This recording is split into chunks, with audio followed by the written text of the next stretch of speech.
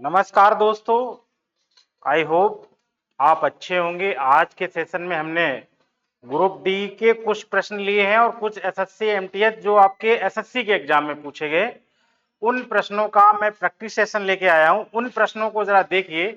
सवाल ज्यादा हार्ड नहीं है, सवाल का जो सॉल्यूशन है वो भी बिल्कुल इजी तरीके से बताया है। जरा देखिए कैसे कैसे सवाल आपको परीक्षा में करने हैं। देखिए पहला सवाल बेटा यहां पर बोला जा रहा है, फर्स्ट सवाल जो आपका आ रहा है, क्वेश्चन नंबर फर्स्ट पे ध्यान दीजिए।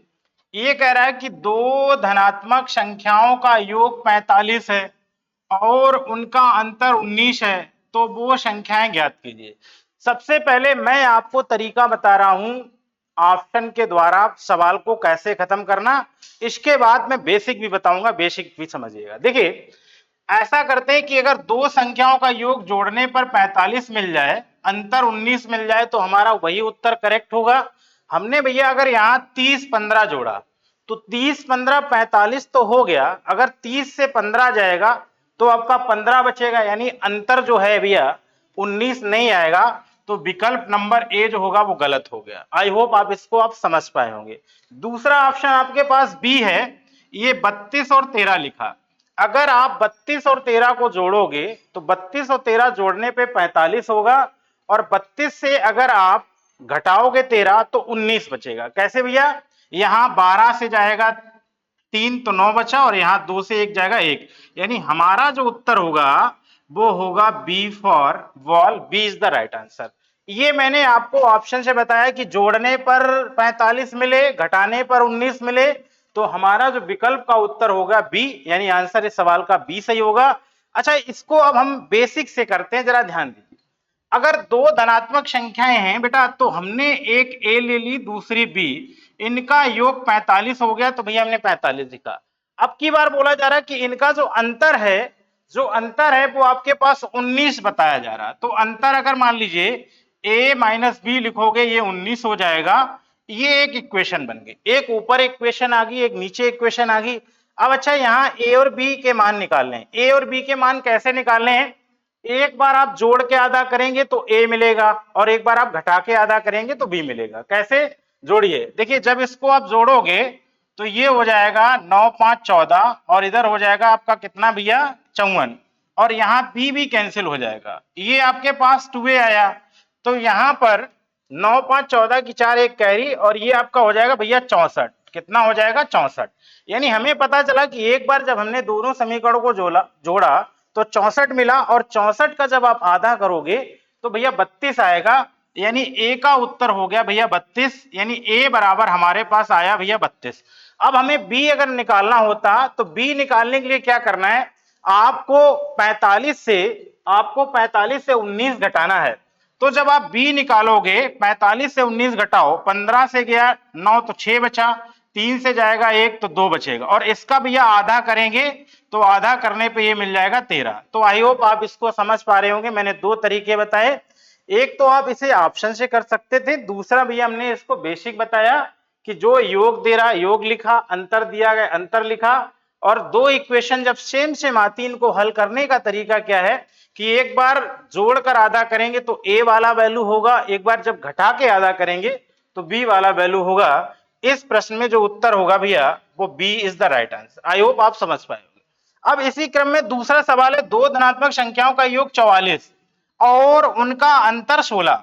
तो भैया मैंने आपको अभी एक तरीका बताया था, बेसिक भी बताया है। देखिए अगर मैं यहां a का मान निकालूं तो a बराबर हो जाएगा 44 प्लस 16 बटे 2 हो जाएगा, और 44 16 जोड़ेंगे तो 60 आएगा, और 60 का आधा भैया करोगे तो 30 बनेगा।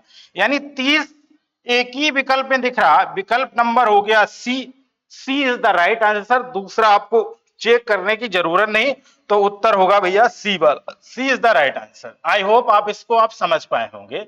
आगे की ओर भैया चलते हैं, सवाल नंबर 3। देखिए तीसरा सवाल क्या कह रहा है, इसको जरा ध्यान से समझिए। यहां बेटा बोला जा रहा है आपसे, कह रहा है कि तीन क्रमागत प्राकृतिक संख्याओं का योग आपके पास 141 है। कह रहा है मध्य की संख्या ज्ञात करना। बहुत इजी सवाल है। तीन क्रमागत आपके पास प्राकृतिक संख्याएं पूछा जा रहा है, और तीन क्रमागत प्राकृतिक। अब देखिए इसकी बेटा ट्रिक क्या है, जैसे यहां 3 नंबर बोला जा रहा, और मध्य की संख्या निकालनी है। तो मध्य की संख्या निकालने के लिए जो आपका जैसे योग यहां पर 141 है तो 141 लिख लीजिए, और मध्य की संख्या पता करना है तो 141 में जितने नंबर से कहा गया है उतने से आपको भाग लगाना है। यहां 3 से भाग लगा लीजिए, 3 चौक 12 और 3 सते 21, तो कट के उत्तर आएगा 47। यानी इस प्रश्न का जो राइट आंसर होगा भैया B for ball, B is the right answer. I hope इसको समझ पाए होंगे। आगे की ओर चलते हैं भैया। इसी क्रम में 5 क्रमागत प्राकृतिक संख्याओं का योग 195, तो कह रहा है सबसे छोटी। तो सबसे पहले भैया हम इस प्रश्न में क्या करते हैं, बीच की संख्या निकाल लेते हैं।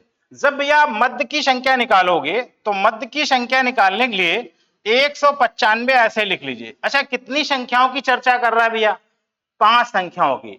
अगर 5 संख्याओं की चर्चा कर रहा है तो 5 से हमें इसमें भाग देना है।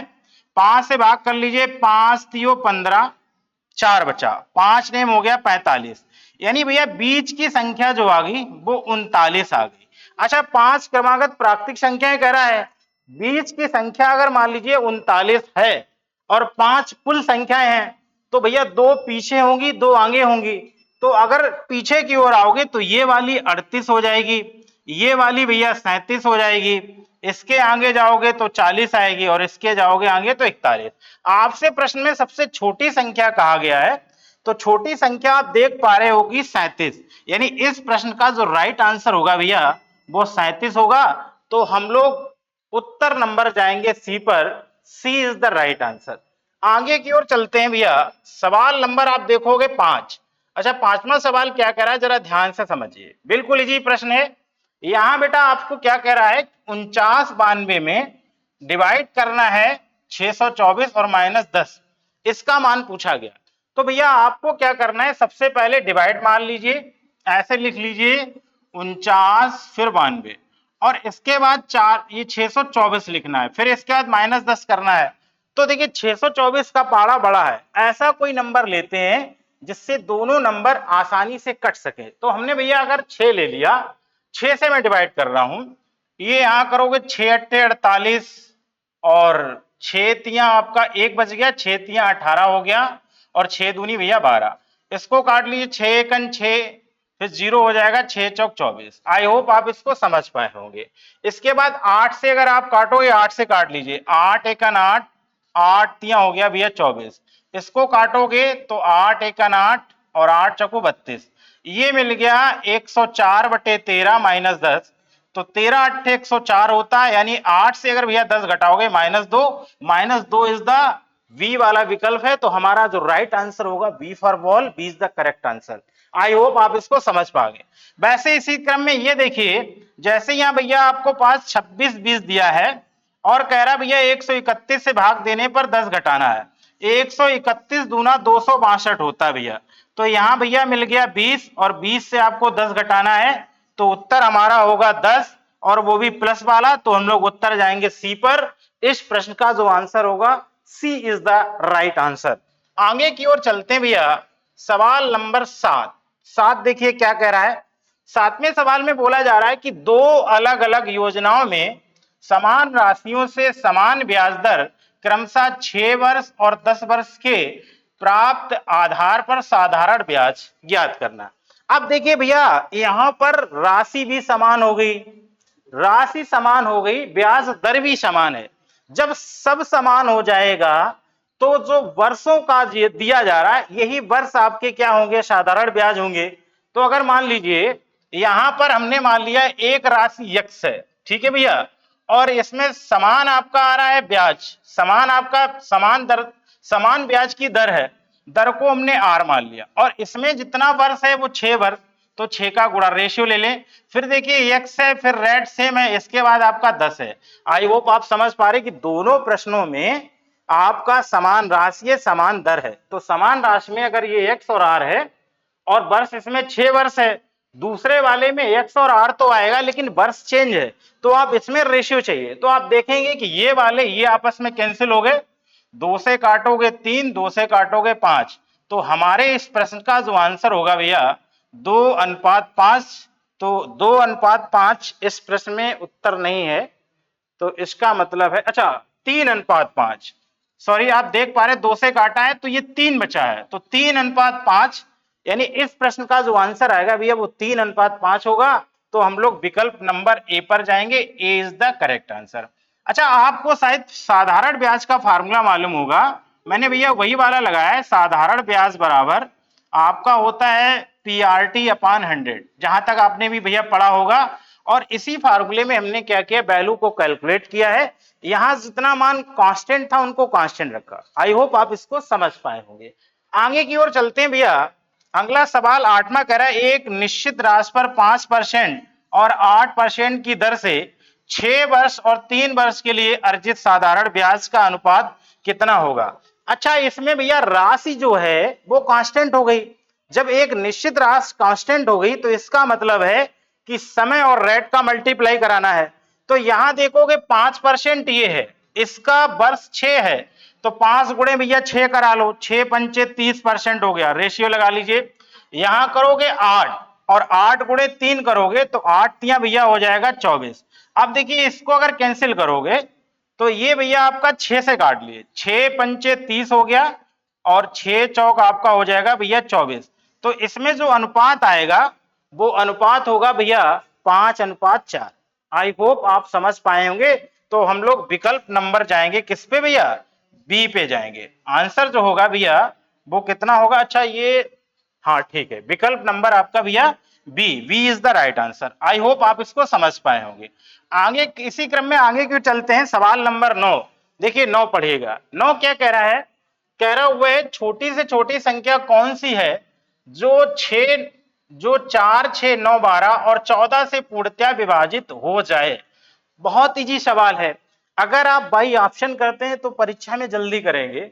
अगर आपने इसमें लासा ले लिया, जैसे आप देख लीजिए हमने 4 लिखा, 6 लिखा, 9 लिखा, 12 और 14 लिखा, इनका भैया अगर हम लासा ले लें तो लासे से बात बन जाएगी, जो लासा होगा वही इसका प्रश्न का आंसर होगा।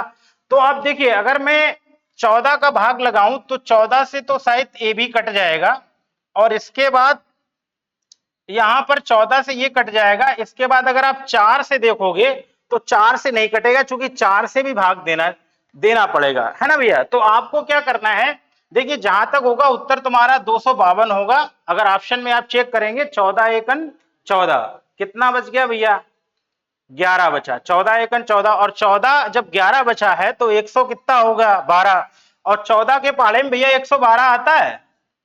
14 अट्ठे कितना होता है ना भैया।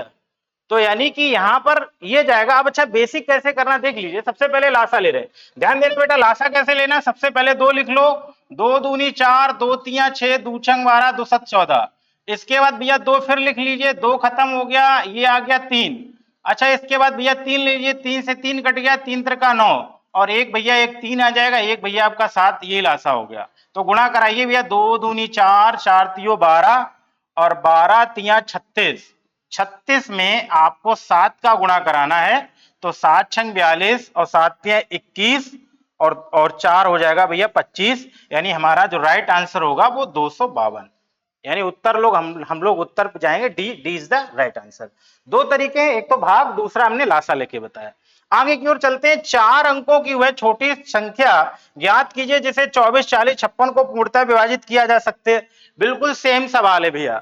क्या आपसे कह रहा है 4 अंकों की संख्या ज्ञात करना है जिसमें, यानी आप देख पा रहे हैं कि 24, 40 और 56 इससे भाग जाना चाहिए।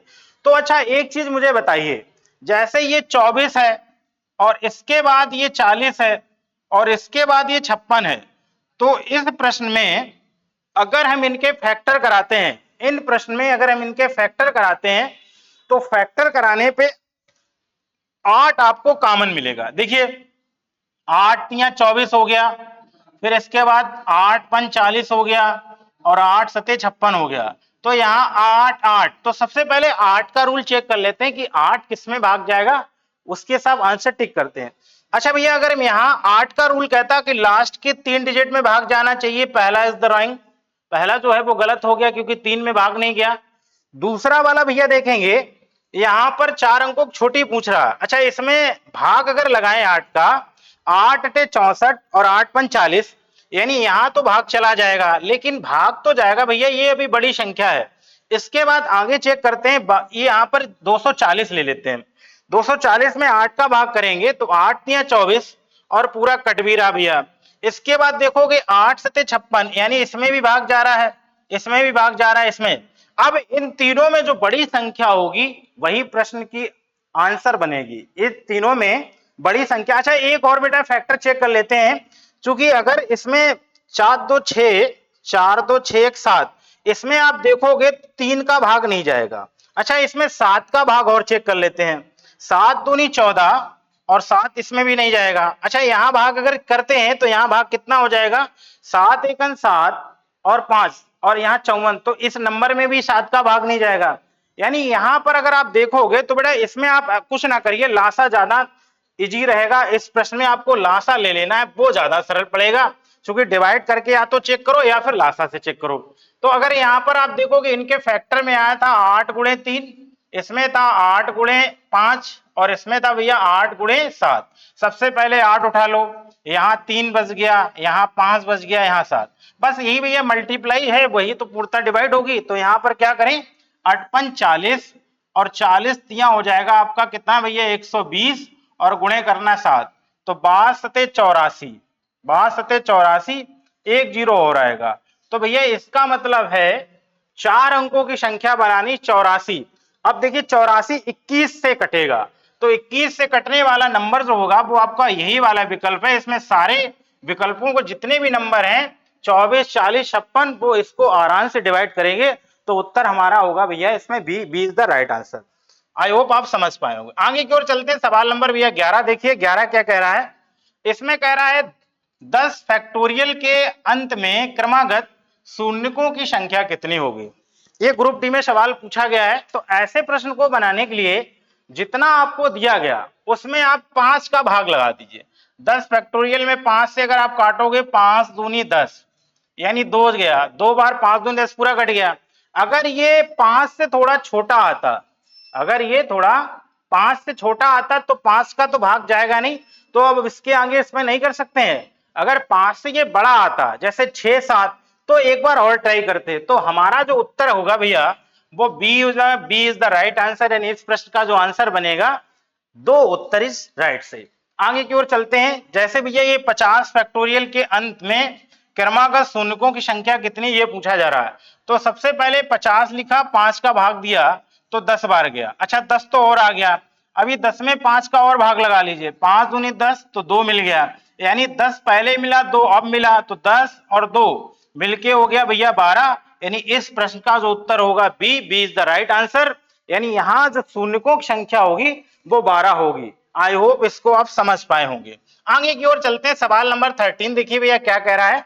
सवाल नंबर 13 देखिए, ये कह रहा है कि 5 मजदूर एक दिन में 12 घंटे काम करते हुए 30 दिनों में एक काम पूरा करते हैं। फिर कह रहा है 15 मजदूर एक दिन में 12 घंटे काम करके इसका आधा कार्य कितने दिनों में पूरा करेंगे, ये सवाल में आपसे पूछा जा रहा है। तो देखिए एमडीएच का सवाल है भैया, आपको क्या करना है 5 गुणे 12 कराना है, फिर आपको 30 लेना है।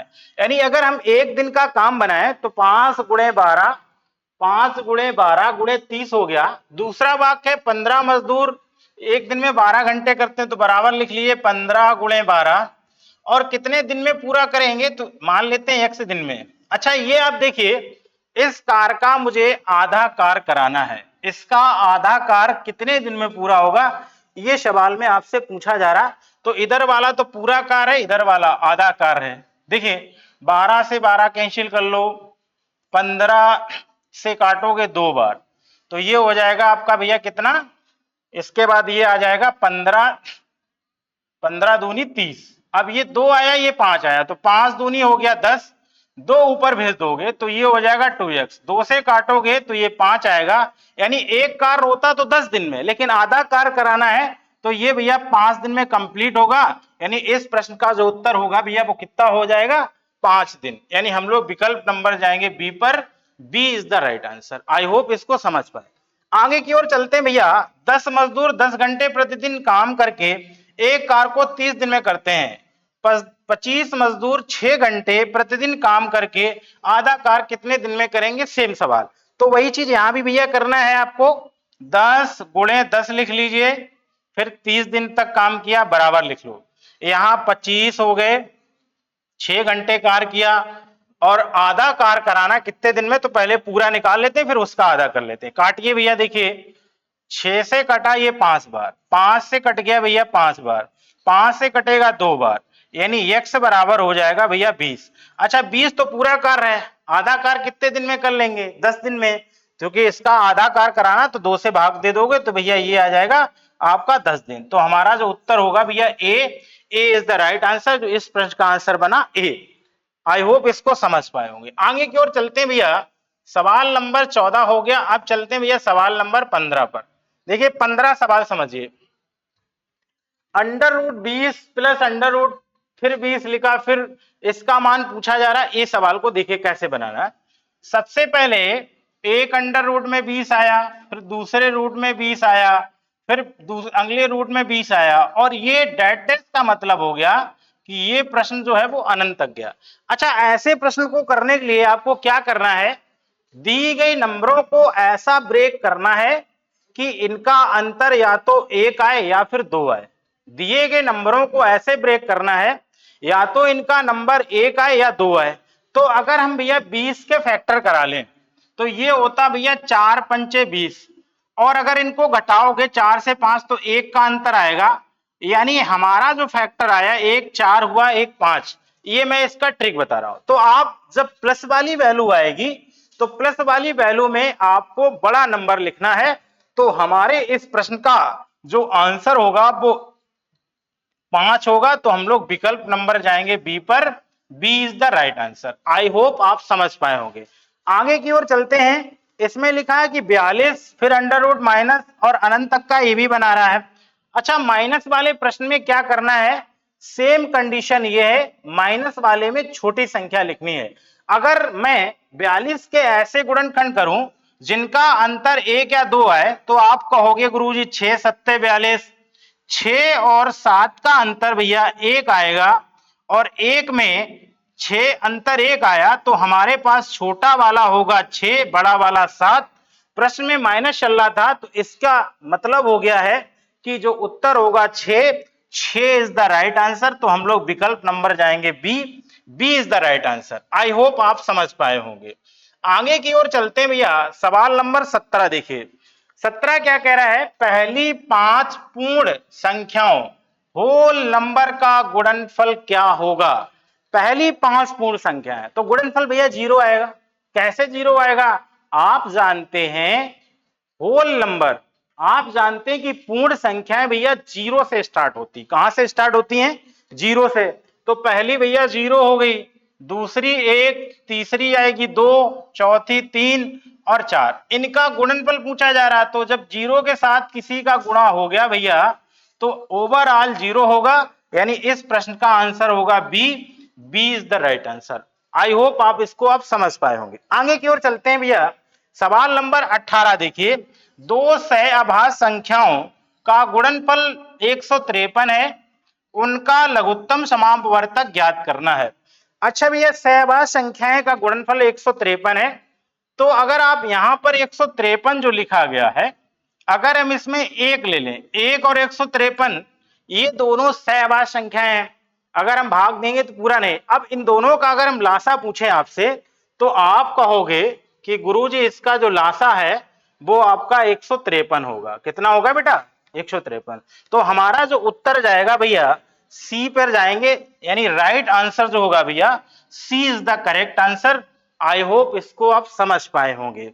आगे की ओर चलते हैं, सवाल नंबर 19 देखिए। 19 सवाल भैया क्या कह रहा है, ध्यान से समझिएगा। इसमें बोल रहा भैया 16 की घात 10 यानी 16 पावर 10 का इकाई अंक क्या होगा, ये सवाल में पूछा। आपने नंबर सिस्टम चैप्टर पढ़ा था और इसमें इकाई अंक सिखाया गया था कि जब भी पावर जितनी भी आएगी उसमें हमें 4 का भाग लगाना होता है और इकाई अंक मिल जाता। तो जैसे यहां भैया आप देख पा रहे हो 16 की पावर 10 है, अगर 4 का भाग लगाओगे तो 2 कट जाएगा, 2 बच जाएगा शेष, यानी ये आया भैया 16 की पावर 2, यानी कह सकते हैं 6 की पावर 2। और 6 की पावर 2 का मान 36, यानी हमारा जो इकाई अंक होगा भैया 6, तो हमारा राइट आंसर जाएगा भैया B. B is the correct answer. I hope आप इसको समझ पाए होंगे। आगे की ओर चलते हैं इसी क्रम में। अगला सवाल भैया 20 है। जो 20 आप देख पा रहे हैं, क्या लिखा गया है, 2.3 बटे आ रहा भैया 0.23, फिर इसका भैया होल स्क्वायर। आप जानते हैं कि पॉइंट को बराबर करने के लिए हमें यहाँ 0 बढ़ाने पड़ेंगे। अच्छा, नीचे आप देख पा रहे 2 है और ऊपर 1 है, तो ये नीचे वाला ऊपर 1 बढ़ा लीजिए, तो ये आ जाएगा 230, नीचे हो जाएगा 23, और इसकी पावर आप देखोगे 2, 23 से 23 काट दीजिए, तो यहाँ भैया बच गया 10, और 10 की पावर अगर 2 करोगे तो हमारा जो उत्तर विकल्प होगा वो बी होगा। B is the right answer.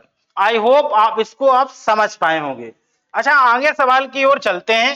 आगे सवाल की ओर आज, अच्छा भैया, इस मैंने जो पीपीटी था इसमें 20 तक सवाल लिए थे, 20 तक के सवालों का सलूशन करा दिया है, और नेक्स्ट जो आपका सलूशन रहेगा वो दूसरी क्लास में कराएंगे। धन्यवाद।